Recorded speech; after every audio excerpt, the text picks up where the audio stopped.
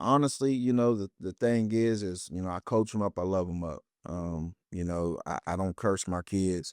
You can see every game and people ask me like, "What do you be saying to them?" Whatever. I'm like, that's how I coach. I don't holler at them in front of nobody. I bring them up to me. We talk like a man to each other, whatever, and we go about our business. It's never about me. It's about them.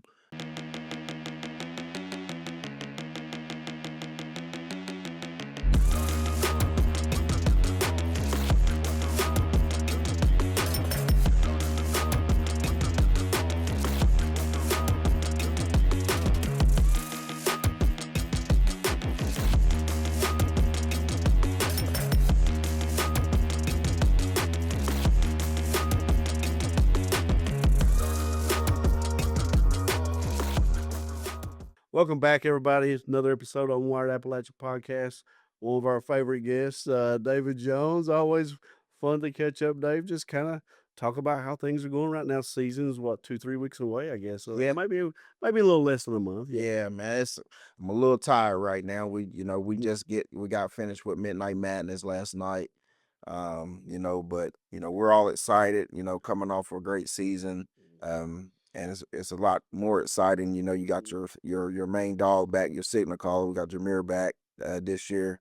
And we're a veteran team too, so that's big too. So we're just excited to get started and see where the chips may fall. I'm a I'm very biased when it comes to things. When you come from out of the Coach Haywood tree, we all sound alike, but we're just going to try to get better each and every day and see where they fall. Yeah, Mingo Central, they've had success in the past when you took over. Mhm. You've had to rebuild that groundwork. I thought last year you were right there on the cusp. Things go here, they go there. Who knows where you end up at? This year coming back, you got a lot of guys back, a lot of excitement. Uh, you mentioned Jameer. He's set a tone for guys. It's serious this year, it seems like, even more so than maybe in the past. I'm not saying it hasn't been, Mhm. but the foundation you've laid, it seems like it's starting. Everybody's believing, they're seeing it, it's working. Just talk about how good that feels as a coach to see the guys putting the work in and believing in what you're saying. Man, it feels awesome. You have to go back to when the school was first built in 2011. It's they always had this teams that everybody, they wasn't homecoming games. Mhm. Say, when I first got there, people were scheduling us for homecoming games, and I didn't like that. Yeah. It kind of done something to me. And I just wanted to get back to where they was, and I honestly just built off of what the coaches and the players did in the past, and inviting them back, just doing different type of stuff and implementing what they used to do there, and just brought that back, and the kids start buying in. The community knows me. I'm from there, born and raised. So it was easy to, actually be able to coach and Mhm. not look over your shoulder and all that stuff. So it was a great it's great. But the main thing is we got it rolling now. We're not there yet. We'll be there whenever we, get over the hump, which we, like you said, we got over the hump. We won that first playoff game, and we haven't won one, I think, since 2017. We made it to the quarterfinals, and now it's to be able to, get win another game, Yeah. and then Mingo will be back to where they used to be at. But being able to, we got 53 kids out again, and we've had that since the past 3 years since I've been there. I'm going to my fourth year now, so I mean it's been a blessing to have that, and all the communities buying in, and not only that, the kids in the school starting to come out and play, and Mhm. they're buying in also. Well, you're also sending guys to the next level. I mean, Aiden Burke, for example, Yeah. is the biggest name, Mhm. obviously, but you're sending guys other places as well. The guys see that success, that if they want to play, that they know you're going to get them there. Just talk Absolutely. about how big that is too, because some that's a goal for a lot of players. They want to play at the next level. I think that's part of the Yeah. foundation you've kind of built there. Yeah, I think, everywhere I've been, all my stops, my main goal was to, get the kids to the next level. If Mhm. that's what they wanted to do and pursue, I was willing to go to back for them to make sure that, that happened.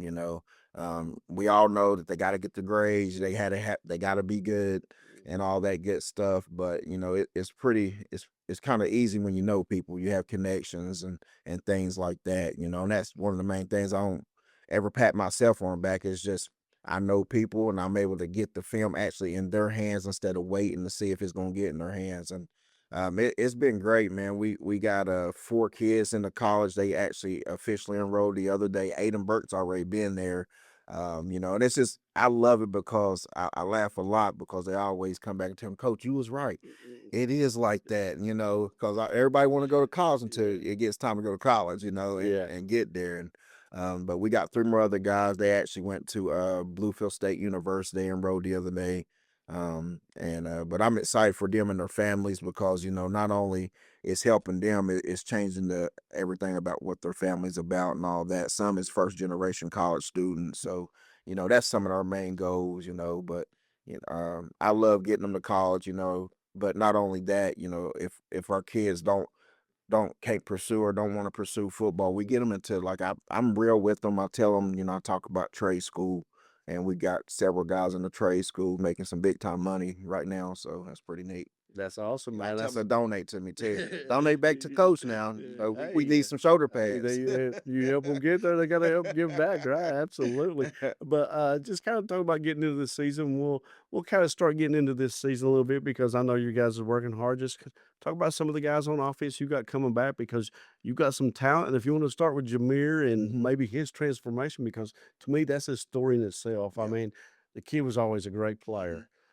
He always looked like he worked hard, but now Yeah. there's no doubt, you can see it. Like, Yeah. if you see the photos, you see the Yeah. videos of him out there, just talk about how proud you are of him and being a leader and setting that tone, and kinda maybe some of the discussions that you had with him to help him get there to realize that something clicked with him or Yeah. something. I mean, I give him all the credit, because you're not going to ever be able to do something unless you put your mind to it, Mhm, and um, Jameer is very mature. Like he's a mhm, very mature kid now.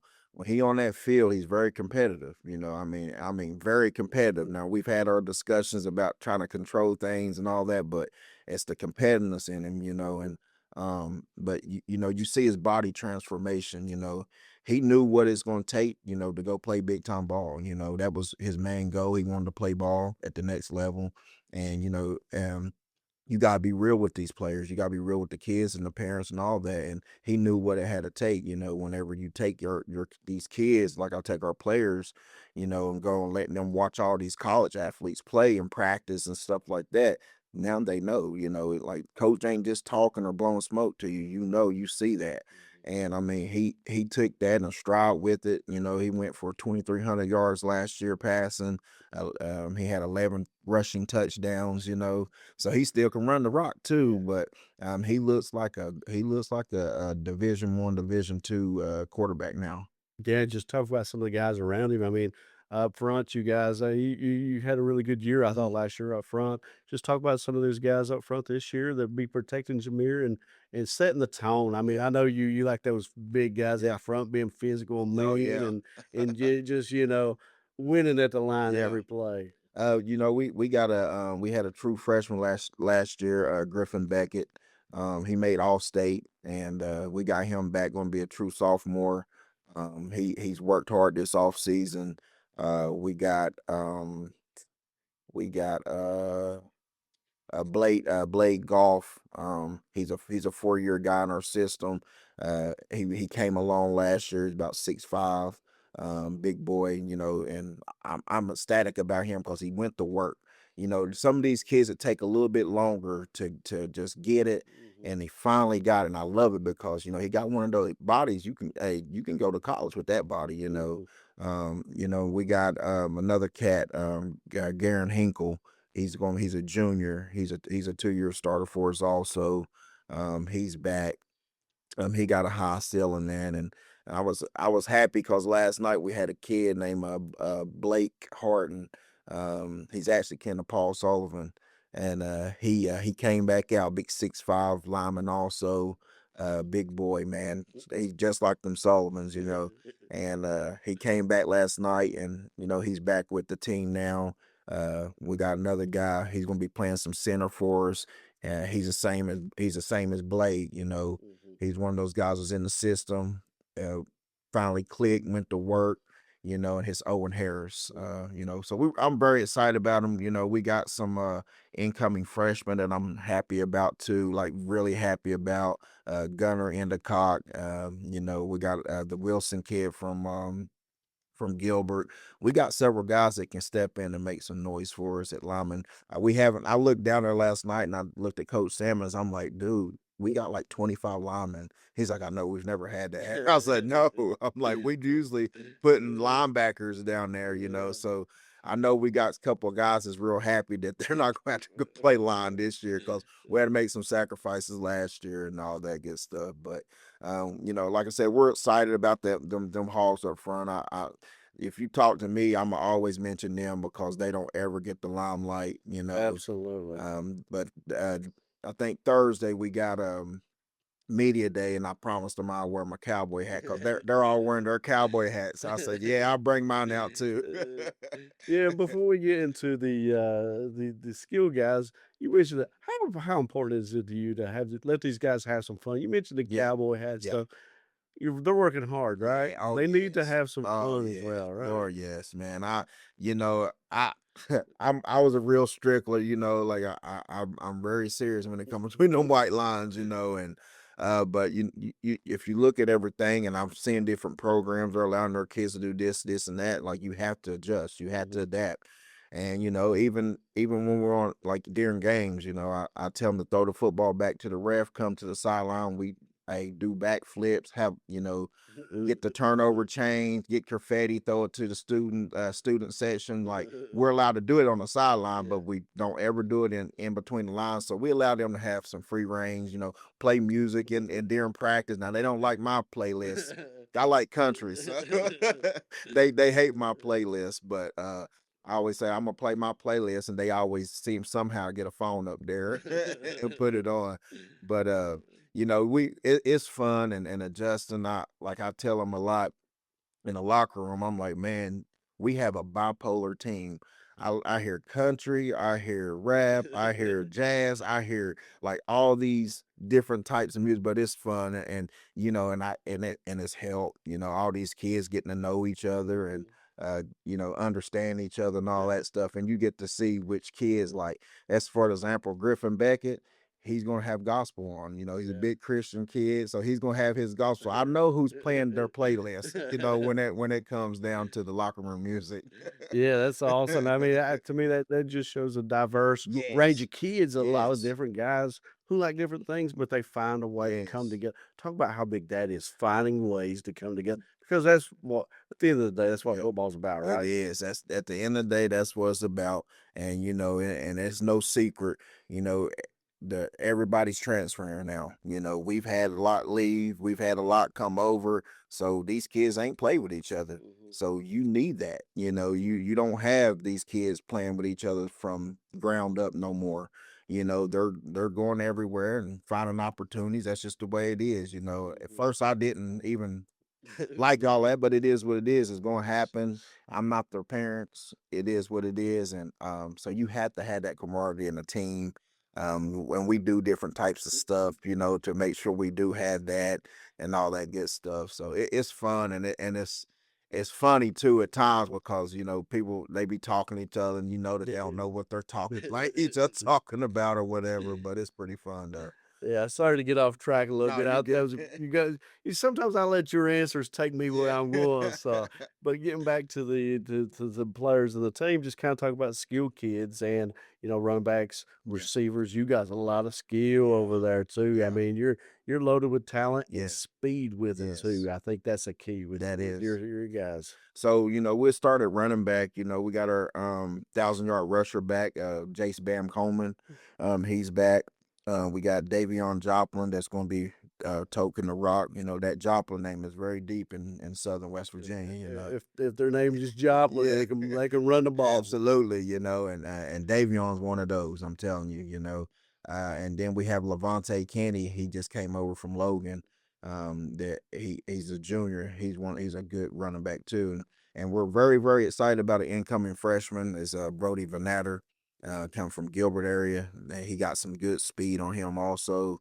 Then we go out to the wide receiver spot. We're absolutely loaded there. That's where you're gonna see the speed. We got a returning starter he went 500, 600 yards last year. Trendez Bryant Jr. He's a 4.3 guy. We got another 4.3 guy that come over. He's a track kid, Marion Corbett, and he'll be playing some receiver also. We got Mason Kender. You know, he's been in our system. He's from Matewan boy, and he just come a long way. Big long kid, about 6'2" kid. I'm very excited about him. You know, we got the kid Evan Markham, about 6'2" receiver. Yeah. We got another kid that he actually is from Gilbert. He went to Westside because a lot of Gilbert kids on that side they go to Westside, but he came back. He's a sophomore. His name is Drake Kennedy. Very excited about him. Very athletic. He about 6'2", 6'3" also. So we're very long out there.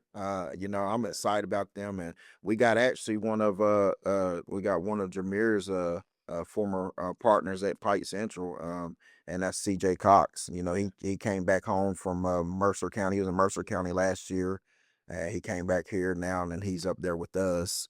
And Keontae Jeffries also. Yeah, and that speed Yeah. is crucial. And as a former guy who Yeah. had all that speed, just kind of talk about what that does because defenses, if they don't see it, they don't know what it Right. is. Just kind of talk about that if you can before we move on to Yeah. defense, because if I think of anybody who can evaluate speed, it's probably you. And Yeah. just kind of talk about that if you can, I'll Dave. tell you this, you know, it'll put the defense on their heels. Mhm. If you got some speeds there and you can separate them, I mean, you pick your poison. You know, you gotta pick your poison because if you don't double team them and you ain't got a speedster out there at that corner, if they make one mistake, it's going to be a touchdown or a big play or something. But you know, having speed, and we got speed all around. It's just phenomenal. I mean, this is the most speed I've ever had on a football team. Period. That I've coached on, and you know, and I think we got a test of that. We started a track team. Yeah. And that was the main focus is starting a track team, and you know, we got some speed, and I didn't even know we had it like that, and till I actually seen them running, I'm looking at my coaches like, man, we got something here. That's huge, I think. Just kinda talk about we talked about the offense. Yep. I just talk about the defense. I don't know if you wanna break down the line Yeah. first and then go to the back seven or what, but just kinda talk about your defense. I know you guys like to get after it, Oh yeah. be physical and fly Oh around yeah. on the field. Yeah, hey, listen, that's Michael Shepard's baby, man. He's been phenomenal for me, man. Like I couldn't have done this without him. He's my defensive coordinator. He's a Hall of Famer from Piper College. Yeah. And he takes pride in it. I can promise you that, you know. And but you know, just starting up front, you know, we got Peyton Parker. He's going to anchor the up front for us. We got at the defensive end spot. We got our starting nose back, Dalton Page, sophomore, big boy, man. He's strong. Uh, then you got Owen Harris is going to be down there. So how we're going to do that, how we're going to do our defense is like Kentucky. They did a Mhm. platoon system. Yeah. So we're going to have a platoon come in to keep them fresh, you know. So we'll have a platoon system coming in, keep them fresh and all that. But we're very very excited about that front. And then you know you want to go into the back end. It's led by you know the all-time leading tackler in Mingo Central history, Tegan Hackney. Mhm. He's been a 4-year starter for me. You know, I've seemed like I've coached him his whole life because we started at the Kentucky Team Kentucky and all that stuff, but you know, he's the top tackler in two-way also. Coming back had 170 tackles last year. Man. Yeah. So it's great having him back. Then we got another return starter back is Noah Newsom, Mhm. very athletic. You're gonna see him too at some tight end, at some receiver. He's very, very athletic. And he also is an excellent kicker too. Then you got Levante Kenny at that other outside backer.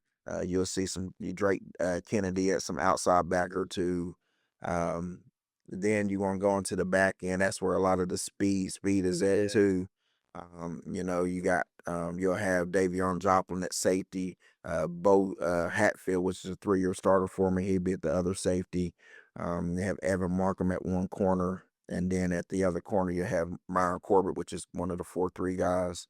Mhm. Then we got a saloon of kids that can back them up. So we're excited about that. I know Coach Shep is. He made him have pen and paper last night. He was already doing chalk talk with them, and I messed up on some coverages. I wasn't in there at the time, and stuff. I had to text him this morning. I say, man, just send me that what I messed up on. I can't blame that on him. I didn't say nothing whenever he was getting on him last night, but that was my fault. That happens sometimes, but you said something earlier that sparks something. Depth. You Yes. talking about using platoons. Yeah. Sometimes in the past, you've not had that luxury to Uh-huh. do that. Talk about how big that is because some people don't realize it. So, I know a lot of kids are competitive. They don't want to come off the field. I know that's what you like, Yeah. but in the long run, be fresh and make Yes. plays in the fourth quarter is huge. Talk about that depth this, Ma- this year if you can. Listen, depth is everything. That's like, kid Corey Rogers. He's gonna be playing defensive end for us. And then we got another kid, Braden Mounts, also a DN for us. They're both starters. Mhm. You see what I'm saying? So like y- you pick your poison. So we have a platoon coming in. It's gonna keep them fresh, and by the time that fourth quarter come, we're still rocking and rolling. You got 3 plays in and out, in and out, in and out, and they're fresh. And I think they like that too because it's like a little hockey thing or whatever. They run in and they run out and all that good stuff. So it works good. Um, Hopefully, when state title, it won Calipari a national championship. Absolutely. But it works. I know his work has been proven, and we're at a good situation where we have a starting O line and a starting D line. When we platoon our D line and stuff, so it's gonna be pretty nice. Yeah, and now we'll get into the season, and I always we got to start week 1, right? Yeah. A little cool Yeah. little game that you guys have came up with in the last couple of years. You and Tug Valley. Yeah. What a way to open the season! I know, it's a in county thing, Yeah. but it's a cool little way to Yeah. open the season. You're on 2 different classes. There's some bragging rights. There's some this and that, but it seems like a friendly rivalry. I know each kid wants to win it, and Yeah. I know you want to win it. I know they want to win. But how fun is that? I mean, that's a very cool dynamic, I believe. Yeah, I love it. The kids love it. I know the Tug kids. They know me. I talk to them. And I always and the coaches too, Coach Jarvis, Coach Kyle, and all of them. And Noah, I actually helped Noah when he was in high school. He's their defensive coordinator. But we don't like each other that first week. We tell each other 9-1, but we don't like each other at all, and it's bragging rights for sure. Yeah. And I love it. I told the Sloan kid over there, I'm like, hey, if I'm gonna help you with any of these calls, you only allowed to get 2 touchdowns against it. We be laughing about that, and they got us this summer actually in the 7-on-7 at Chapmanville, and I told them, I said, you scored too many. We start laughing about that, but it's a great rivalry, but it's a friendly rivalry. I know the fans take it a little bit extra, but I promise you, us as coaches, we want to definitely win it, of course. And we're very competitive. But at the end of the day, it's all about the kids and our Mingo County kids and succeeding at the next level or whatever they want to do. Yeah, and I know that, you like to build your schedule to where you get some tests throughout the year. Oh yeah, Yeah, I mean, 2 way is so tough, and yeah, you're just kinda talk about that in general because I don't wanna go game by right, game, and yeah, we'd probably be here yeah. to Oh midnight yeah. breaking down stuff, but just in general, just kinda talk about your schedule and how you try to go about that because I know you want some tests Mhm. and to get ready for the playoffs, but sometimes you gotta kind of figure out how Yeah, to do things to where the points are, where the points yeah, are because, hey, every game is so critical over yep. there with the playoff system. I'm glad you mentioned that because it's so different in West Virginia when it comes to scheduling. Mhm. We had to drop a single A school, which was man, which is a rivalry with Yeah. us and stuff, and we had to add another 2 A school because it actually hurt us last year. We was 8-2, 8-3, something like that. With 8-2 finishing the season, and we should have been fourth. We went sixth. Yeah. We got put in a man, we got put in a bracket, Mhm. But if we would have had another two-way school on there, we would have been up there, got to play, in a better Couple home bracket. games then. Absolutely, so we got one home game out of that, but the point system is very you have to watch how you schedule, but we added independence in place of that man game, and independence is their semifinal team coming out from last year, very competitive. They call themselves cold tough, and they're big boys. So that's going to be a very big test for us. We added Doddridge County, their semifinal team, two-way school. And we got a 3A school, Chapmanville, and they was in the semifinals last year, in 3A. That's a team right there. That's a Yeah, good so team. we're going to be tested a lot. Of course, we got Logan on there, 2A school, and but we're going to be tested a lot. And that's how it is. You can't run. Yeah. Definitely in 2A. It's a gauntlet. Exactly. And the last few couple things, because I've been taking up a lot of your time, Are and you fine? I appreciate you for all that. But earlier you mentioned getting guys to stick in Mingo County, maybe coming from other places, but how do you get that message across to take pride in Mingo County, build the Mingo Central football, take pride in it, build it up?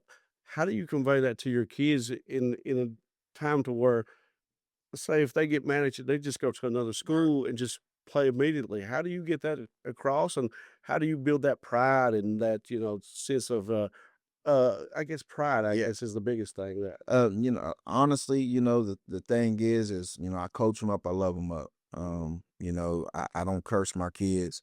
It, you can see every game and people are asking me like, what do you be saying to them, whatever. I'm like, that's how I coach. I don't holler at them in front of nobody. I bring them up to me. We talk like a man to each other, whatever, and we go about our business. It's never about me. It's about them. But a lot of things I do, I'm at every youth league game. I'm at all the middle school games. I have the middle school kids, youth league kids come up. I'm very involved with them. I help them whatever I can do. And you're gonna have those ones that think that they should be doing this or should be doing that. They're gonna leave and do all that stuff. But I take pride in, a lot of these kids, their goal is wanting to get to college, so I take pride into that and make sure I don't care. Each and every kid will get that opportunity. And so there's so many colleges out here in the world, I just have to do my job.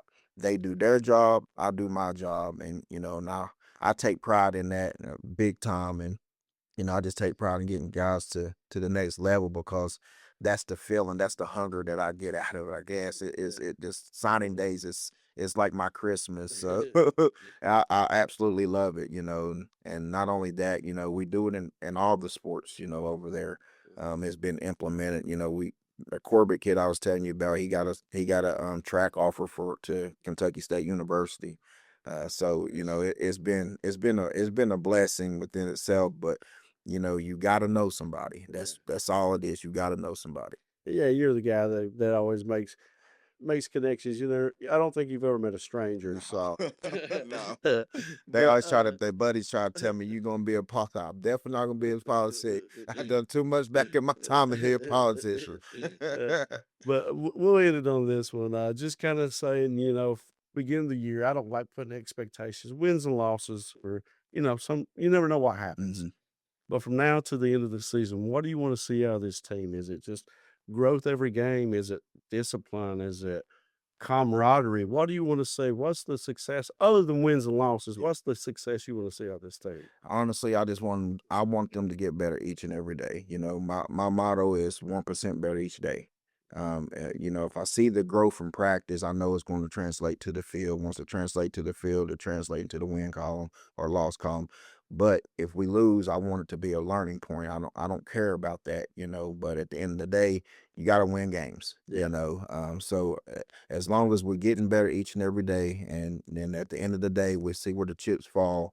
I know what type of team we got. So if we're getting better each and every day, we're going to be very successful. And those wins will come if And you're doing the right things, absolutely. right? Absolutely. Appreciate your time, Dave. From Corey Vance behind the scenes, Dave Jones. I'm Randy White. I'm Wired Appalachian. We'll see you next time. Check us out on all of our social medias. We'll see you real soon.